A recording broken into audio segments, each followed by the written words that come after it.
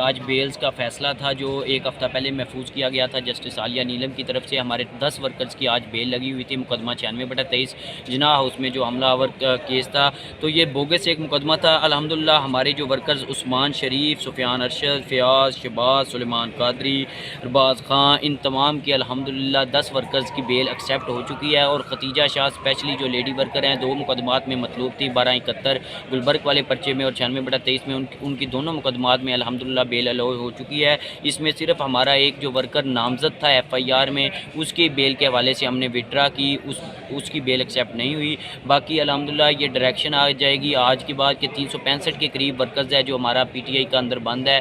اس کے بعد ان تمام پہ ریکوریز تھی ڈنڈے سوٹے کی. تو اب انشاءاللہ ہمیں امید ہے کہ اب ہائی کورٹ کے اس فیصلے کے بعد باقی ورکرز بھی انشاءاللہ اسی ماہ اکتوبر میں رہا ہو جائیں گے. Thank you.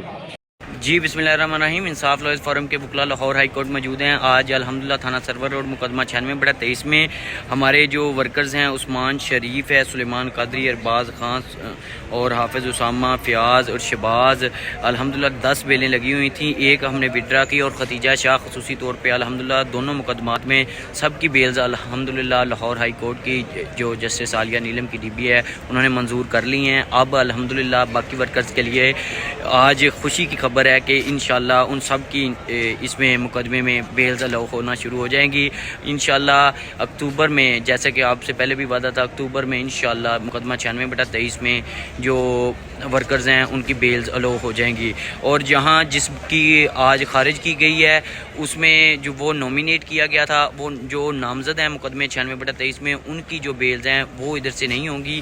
باقی انشاءاللہ تمام بیلز الحمدللہ ورکرز کی